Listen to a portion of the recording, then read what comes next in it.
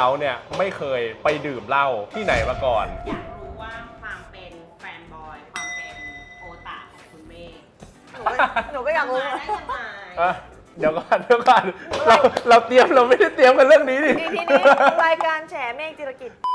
เหนื่อยที่สุดเลยเพราะว่ามีแบบวันหนึ่งสอบใส่ชุดมหาลัยสอบเสร็จต้องวิ่งไปสนามบินเพื่อบินไปงานแล้วรางวัลแล้วก็บินกลับมาสอบใหม่อะไรเงี้ย เป็นคนขี้อ้อนไหม ที่สุดเสียง 18ว่าถ่ายงานอยู่ไม่มีอะไรมากค่ะเราก็แค่ร้องไห้ทั้งเดือนเงี้ย ทั้งเดือนเลยเหรอ ทั้งเดือน สวัสดีครับ เข้าสู่เมฆขอเล่า EP ที่ 2 นะครับผมแน่นอนครับวันนี้เราก็อยู่ที่ร้านวายเหมือนเดิมนะครับแล้วก็มีแขกรับเชิญ ซึ่งแขกรับเชิญคนนี้ผมบอกเลยว่าพีคมากเพราะว่าเขาเนี่ยไม่เคยไปดื่มเหล้าที่ไหนมาก่อน ไม่เคยดื่มเหล้าออกสื่อต้องบอกงี้ดีกว่า เราอยากให้ทุกๆคนได้เห็นมุมนี้ของเขานะครับผมยินดีต้อนรับครับผมน้องเจนนิสสวัสดีครับก่อนอื่นเลยขอชนแก้วหน่อยครับผมในฐานะที่เราทั้งคู่เป็นคนที่เป็นฟรีแลนซ์ ยินดีต้อนรับของการเป็นฟรีแลนซ์นะครับ เราเป็นฟรีแลนซ์ที่เราเป็นฟรีแลนซ์พร้อมกันเอาจริง จริงเหรอ จริง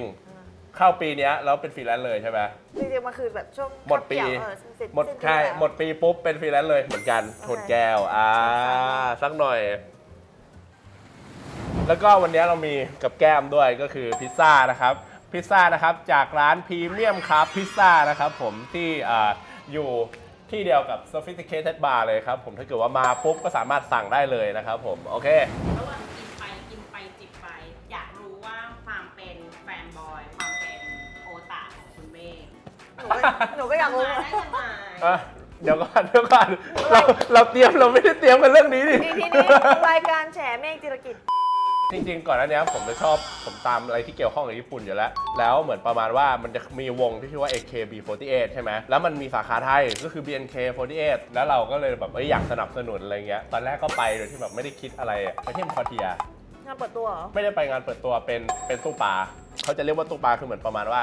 เขาทำเป็นคล้ายๆที่ไลฟ์เป็นตู้กระจกแล้วแฟนคลับก็ไปกันสักพักหนึ่งเนี่ยน้องเขาแหละเป็นคนแบบเขาเรียกว่าลากผมเข้าวงการอย่างออฟฟิเชียลใช่ตอนสุดท้ายของแบบของเซสชั่นไลฟ์ของเขาใช่ไหมน้องเขาชี้หน้าผมอ๋อคนนี้ตามพี่แก้วเนี่ยใช่หลังจากนั้นผมก็ถูกดึงขึ้นมาเป็นแบบเป็นโอตะแบบในแสงทันที ขอรู้ได้ไหม เอางี้ก่อนดีกว่าอยากถามว่าความรู้สึกเป็นยังไงความรู้สึกแรกเลยหลังจากที่เราออกมาวันแรก ที่แกรดเลยนะยังชิลอยู่คือทุกคนไปเที่ยวด้วยกันไปพัทยากันอะไรก็ยังจอยอยู่ไงมาเลยรู้สึกว่ายังไม่มีอะไรเปลี่ยนแปลงมารู้สึกช่วงหลังๆที่แบบเราแยกย้ายกันจริงๆแล้วอะไรเงี้ยก็รู้สึกว่าแบบฉันจะต้องกอบตัวเองขึ้นใหม่ฟีลแบบเราต้องเริ่มใหม่แล้วอะมันคือจุดเปลี่ยนผ่านแบบครั้งยิ่งใหญ่เหมือนกันเพราะว่าจริงๆแล้วก่อนหน้านี้เราก็ไม่เคยได้ทำงานอื่นมาก่อนคือทำงานหลายอย่างก็จริงแต่มันก็คืออยู่ในความแบบเป็นไอดอลของเราเข้าใจได้ย้อนกลับไปตอนแรกเลยตอนที่เราเป็นไอดอลเราเข้ามาได้ยังไงแล้วก็ตอนนั้นเราคิดอะไรอยู่แล้วก็ตอนที่เข้ามาเนี่ยต้องทำอะไรบ้างตอนนั้นคือส่วนตัวคือหนูก็รู้จัก AKB อยู่แล้วแล้วก็มีครูที่สนิทกันอะไรเงี้ยเขาก็แบบมาแจ้งข่าวว่าแบบจะมีเปิดรับสมัคร BNK ก็แบบลองก็ชอบอยู่แล้วเพราะว่าแบบหนูเรียนเต้นตั้งแต่แบบ5 ขวบงาน We Need You มั้งคืองานแรกที่แบบเขาแถลงข่าวเหมือนเขาเปิดตัว officially ว่าจะมี audition อะไรเงี้ยหนูก็ไปเข้าร่วมเสร็จแล้วก็ไปเล่นเกมชิงรางวัลแล้วก็ได้รางวัลตั้งแต่ตอนยังไม่เป็นเมมเบอร์ใช่ก็คือเราตอนนั้นเราก็ตาม AKB อยู่ด้วยมีแบบเมมเบอร์ในดวงใจไหมคามิหนูคือไมดาอาซึโกะค่ะที่ทุกคนรู้จักว่าอัดจังก็คือเซนเตอร์ตลอดการคือเราเป็นแบบเป็นสายไอดอลแบบสายไอดอลจริงๆเลยแบบตามมาตั้งแต่แรกอยู่แล้วทั้งญี่ปุ่นทั้งเกาหลีอย่างเงี้ยเลยใช่ไหมญี่ปุ่นคือตาม AKB อย่างเดียวถ้าเกาหลีอาจจะตามเยอะกว่าอาจจะเพราะเกาหลีเรามีช่องทางติดตามที่มันง่ายกว่าถ้าเป็นไอดอลเกาหลีเนี่ยแบบเยอะมากอ่ะมีเอาแบบเอาง่ายๆเอาเมนสักคนหรือว่าเอาเริ่มแรกเลยแล้วกันจุดกำเนิดการติ่งหนูเริ่มติ่งคือเกิร์ลเจนโอ้เกิร์ลเจนเข้าใจได้ประถมติ่งเมนทิฟฟานี่โอเคเลยเมนทิฟฟานี่แล้วก็วงผู้ชายที่ติ่งพร้อมกันคือ M Black โอ้โห M Black คือชอบมากแบบมากๆ2 วงหลักๆที่ติ่งคือตอนนั้นคือ2 วงนี้ใช่นั่นคือจุดเริ่มต้นใช่ตอนนี้เป็นใครแบบเป็นไอดอลในใจเราถ้า คนเห็น เมฆ ได้ เจริญกิจมากเมฆเจริญกิจเมื่อกี้ผายมือมาด้วยเมฆเจริญกิจแน่ๆเลยอ๋อไม่เขาแบบผายมือไปเลยไปเอาใหม่เป็น แบบ เป็น ถ้า ใคร เห็น เป็น ใน ใคร ไบโอไอจีหนูจะขึ้นชื่อวง New East ไว้ ดูอีส เมนคือมินฮยอนนะคะถึงตอนนี้วงจะดิสแบนไปแล้วแต่ก็ตามทุกคนใช่เคยมีปรากฏการณ์ไปตามเรน New East แบบว่าตอนนั้นเป็น BNK แล้วก็ใส่เสื้อเขียว เพราะว่า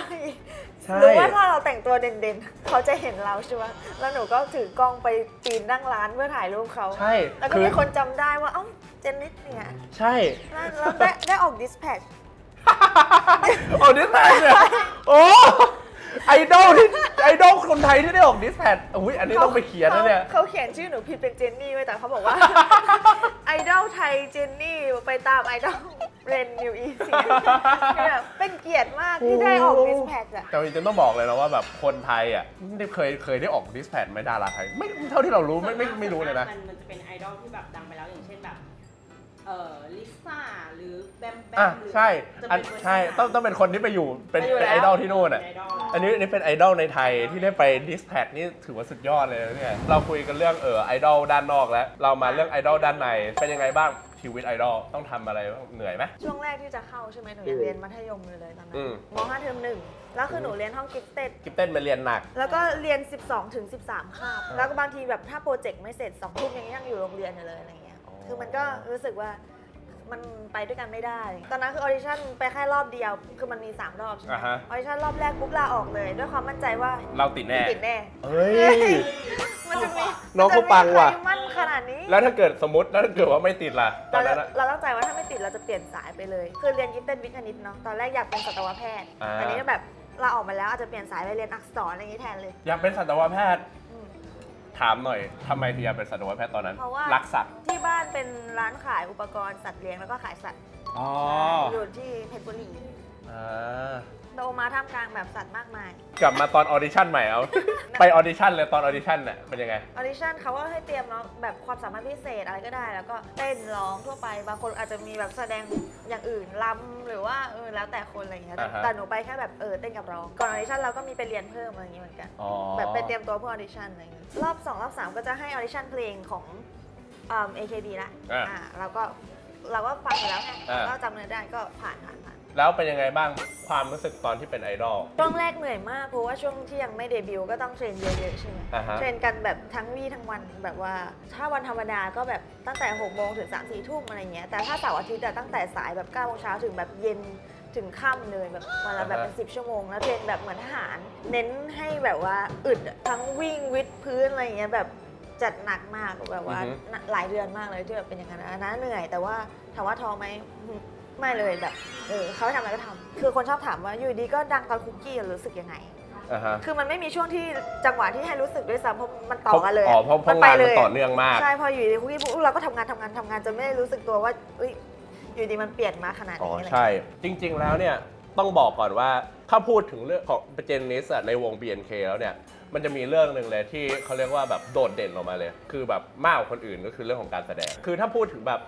เรื่องงานแสดงอ่ะพี่รู้สึกว่าเจนนิสน่าจะเป็นคนที่มีงานแสดงเยอะมากๆเลยนะเอางี้ถามตรงๆเลยร้องเพลงเต้นนู่นนี่นั่นกับการแสดงชอบอันไหนมากกว่ากัน คิดว่าเต้นกับงานแสดงอะพอกันแต่ร้องอะน้อยกว่า โอเค เพราะว่าเต้นเราก็เต้นมานานเนาะร้องเพิ่งมาร้องตอนอยู่ในวง แต่ว่าก็ชอบร้องเพลงเหมือนกันแต่ว่าแสดงก็แสดงมาตั้งแต่พอๆกับเต้นเลยเต้น5 ขวบนะแสดง6 ขวบ แล้วระหว่างที่เราทำงานพวกเนี้ยมันน่าจะมีจุดที่มันเป็นเขาเรียกว่าจุดพีคมีอันไหนที่เรารู้สึกว่าเฮ้ยมันพีคมากเลยอะ จุดพีคของหนูคือช่วงงาน general election หรือว่างานเลือกตั้ง อ่ะ ปีแรก มันคือช่วงที่หลัง Where We Belong พอดี เป็นช่วงเดินสายงานรับรางวัลหนัง แต่ตอนนั้นคือกำลังสอบที่มหาลัยอยู่ โห แล้วมีงานวงด้วย อ่ะ ก็คือเป็นช่วงที่เหนื่อยที่สุดเลย เพราะว่ามีแบบวันหนึ่งอะสอบใส่ชุดมหาลัยอะสอบเสร็จต้องวิ่งไปสนามบินเพื่อบินไปงานรับรางวัลแล้วก็บินกลับมาสอบใหม่อะไรเงี้ยคือช่วงนั้นบินเยอะมากเพราะว่าแวร์วีแบบไปหลายประเทศมากๆรู้สึกแล้วก็ช่วงนั้นแบบพวกยอดเรากระแส follower ไลค์อะไรเงี้ยมันแบบพุ่งขึ้นแบบพีคสุดแล้วนะตอนนั้นเลย จริงๆ ตอนนั้นคน recognize เราในฐานะนักแสดงมากขึ้นแล้ว เพราะเอาจริงๆแล้วคือไอดอลเนี่ยมันไม่ได้มีความจำกัดมันไม่ได้คำจำกัดความแบบเป็นหลักว่าแบบเฮ้ย เป็นนักร้องก็ไม่ใช่เป็นนักเต้นก็ไม่ใช่เป็นนักแสดงก็ไม่คือมันเหมือนเป็นแบบเป็นโอเวอร์ออลอ่ะพอเราพูดว่าไอดอลคือจริงๆมันคือคนที่ทำงานวงการบันเทิงแหละแต่อยู่ที่ว่าคุณจะเก่งในด้านไหนก็มันก็แล้วแต่คนเราคุยกันในพาร์ทของการที่เป็นไอดอลไปแล้วมาที่เรื่องของการที่เราเป็นฟรีแลนซ์ดีกว่าการที่เราเป็นฟรีแลนซ์เนี่ยถามหน่อยสิว่าตอนนี้เรามีแผนอะไรบ้างจริงๆอ่ะเวลาทำงานอะไรอ่ะถ้าโปรเจกต์มันยังไม่เปิดเผยแบบ officially หนูจะไม่ค่อยบอกใครเลยรู้สึกว่าชอบให้แฟนคลับแบบตื่นเต้นแบบไม่อยู่ดีก็แบบประกาศว่ามีงานนี้อะไรเงี้ยใช่ก็ลงสตอรี่ไปแล้วว่าตอนนี้กำลังทำงานหนึ่งอยู่อะไรอย่างเงี้ย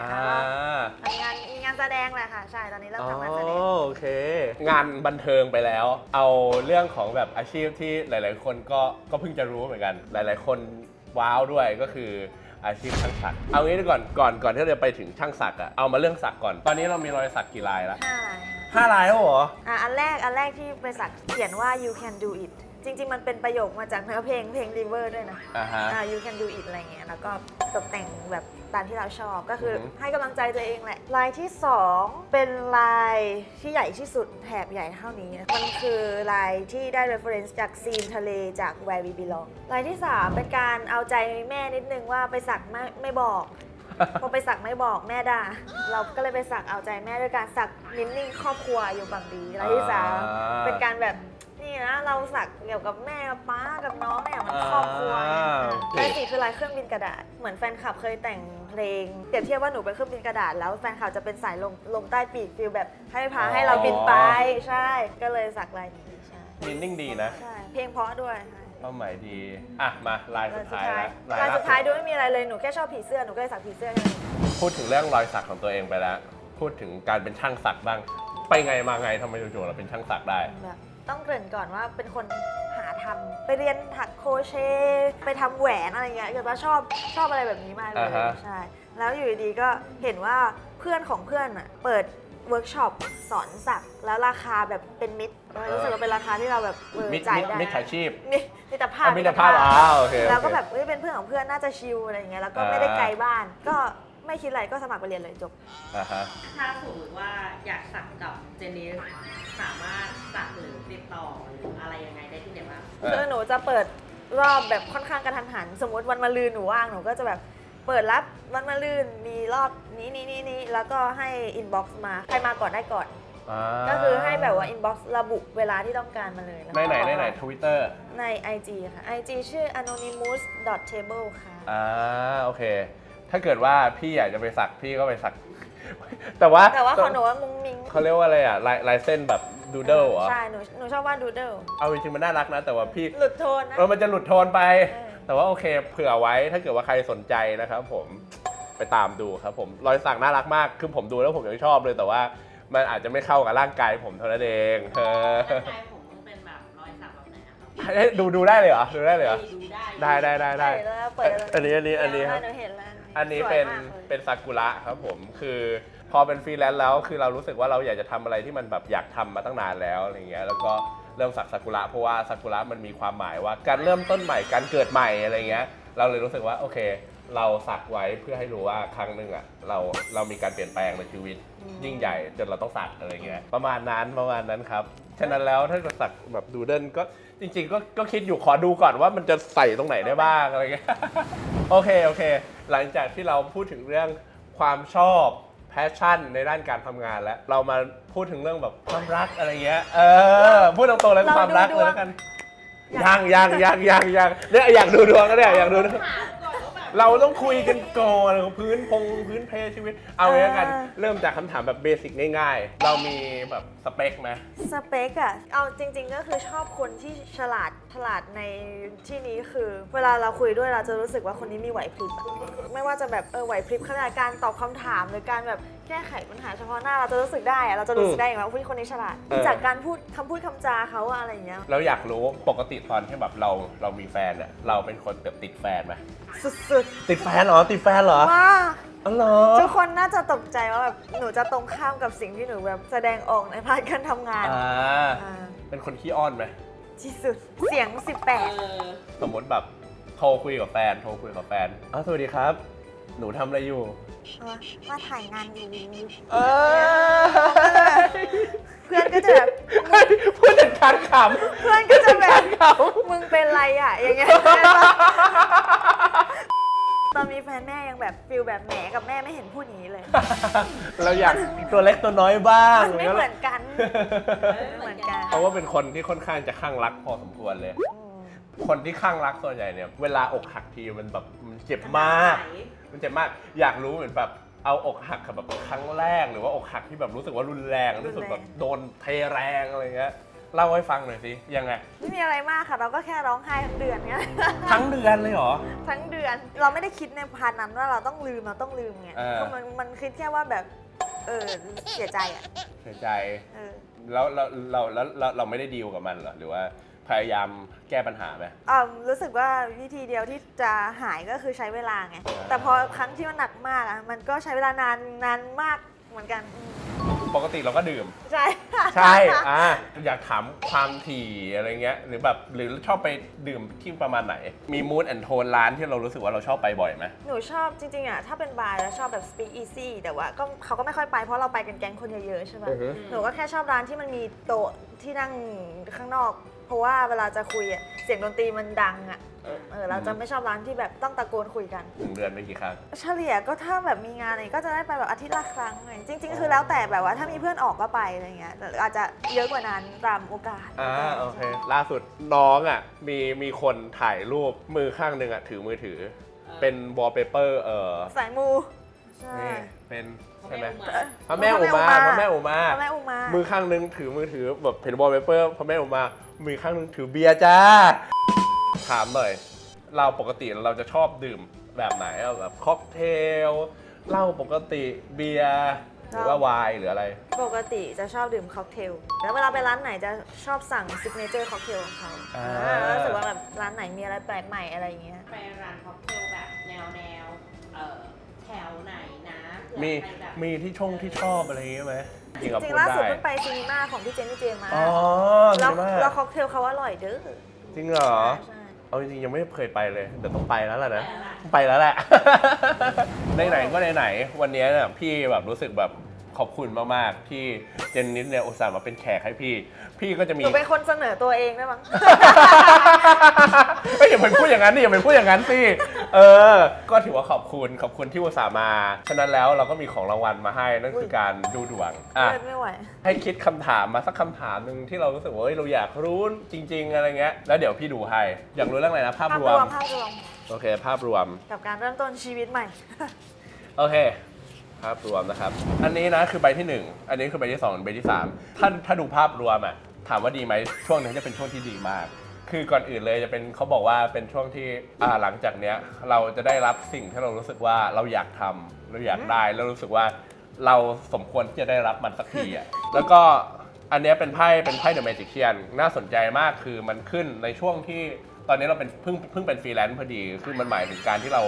เตรียมพร้อมทุกอย่างแล้วที่จะทำอะไรบางสิ่งบางอย่างที่มันยิ่งใหญ่หรือว่าเราไม่เคยจะได้ทำหรืออาจจะหมายถึงว่าเราพร้อมที่จะมีความรักแล้วอะไรเงี้ยก็ได้แต่ว่ามันจะมีไพ่ใบที่3ที่อันเนี้ยถ้าเกิดว่ามองในแง่ของภาพรวมอ่ะจะหมายถึงว่ามันมีบางสิ่งที่เราจำเป็นที่ต้องสละสิ่งเก่าๆเพื่อจะไปทำสิ่งใหม่ๆที่เรารู้สึกว่ามันการเติบโตขึ้นในชีวิตประมาณนั้นถ้าให้พี่เดาอ่ะพี่คิดว่ามันจะอาจจะหมายถึงเรื่องที่ความเคยชินเก่าๆที่เรารู้สึกว่าเราพึงพอใจในแบบที่เราทำแบบนี้แล้วอ่ะแบบอันนี้คือคอมฟอร์ตโซนของเราอาจจะต้องก้าวข้ามคอมฟอร์ตโซนเพื่อให้ได้รับสิ่งที่ดีกว่าสิ่งที่ใหม่กว่าเราอาจจะรู้สึกตื่นเต้นแต่สุดท้ายเราพอเราทำจริงๆอ่ะมันจะทำออกมาดีประมาณนั้นครับก็ดูดีอยู่ดูดีมากๆเลยแหละยังไงก็วันนี้ก็ขอบคุณเจนนิสมากๆเลยที่อุตส่าห์มาเป็นแขกรับเชิญให้กับพี่ในเทปนี้นะครับผมแล้วก็ขอบคุณสถานที่นะครับ The Sophisticated Bar นะครับผมที่สุขุมวิท 24 นะครับผมแล้วก็พิซซ่านะครับจาก Premium Cup Pizza นะครับที่ให้เราได้กินเป็นกับแก้มในวันนี้นะครับผมแล้วก็สำหรับคนที่ชอบนะครับผมก็ฝากนะครับกดไลค์นะครับแล้วก็คอมเมนต์กันได้นะครับว่าชอบอะไรยังไงสนุกอะไรยังไงหรือว่าอยากให้แขกรับเชิญคนไหนมาอีกนะครับผมแล้วก็อย่าลืมกด Subscribe แล้วก็กดกระดิ่งด้วยนะครับเพื่อแจ้งเตือนเวลาที่มีคอนเทนต์ใหม่ลงครับผมก็สำหรับวันนี้นะครับก็ขอบคุณเจนนิสมากๆเลยเรามาปิดรายการกันด้วยเมฆขอเล่าซึ่งถ้าเมฆขอเล่าง่ายๆเลยชนแก้วโอเค เมฆขอเล่า เย้